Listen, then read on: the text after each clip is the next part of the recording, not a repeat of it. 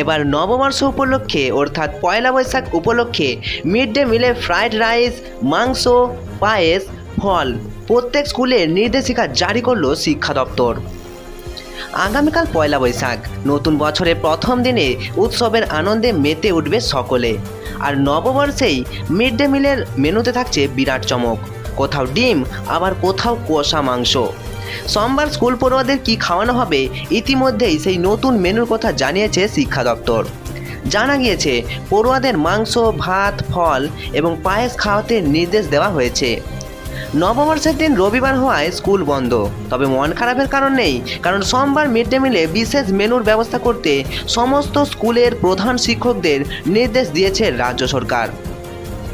ইতিমধ্যেই সব জেলার ডিআইদের কাছে পৌঁছেছে আকর্ষণীয় মিড ডে মিলের ব্যবস্থা। শিক্ষা দপ্তরের নির্দেশ, প্রাথমিক থেকে মাধ্যমিক সব স্কুলকেই এই নির্দেশিকা মানতে হবে। নববর্ষের পরের দিন অর্থাৎ 15ই এপ্রিল মিড ডে মিলের মেনু হবে চমকে ঠাসা। বাচ্চাদের মন ভালো করতে রাখতে হবে মাংস, ফল, মিষ্টি এবং পায়েস।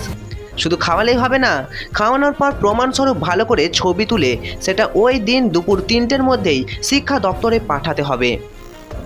তবে এই মিড ডে মিলের মেনু জেলা অনুযায়ী পরিবর্তন হবে বলেও জানা গিয়েছে। কলকাতায় মিড ডে মিলের অন্তর্গত ছাত্রছাত্রীর সংখ্যা প্রায় 3 লক্ষেরও বেশি। সূত্রের খবর, কলকাতা জেলার ক্ষেত্রে নববর্ষের স্পেশাল মেনুতে থাকছে ফ্রাইড রাইস, ডিমের কারি, আলুর দম এবং শেষ পাতে রসগোল্লা। তবে জেলা বিশেষে এই মেনু পরিবর্তন হবে, কোথাও দেওয়া হবে ফল, কোথাও ডিমের বদলে থাকবে চিকেন কষা। মিড ডে মিলের ফাটাফাটি মেনু দেখে পড়ুয়াদের যে খুশির সীমা থাকবে না তা বলার অপেক্ষা রাখে না। Bureau report, news ACS Bangla.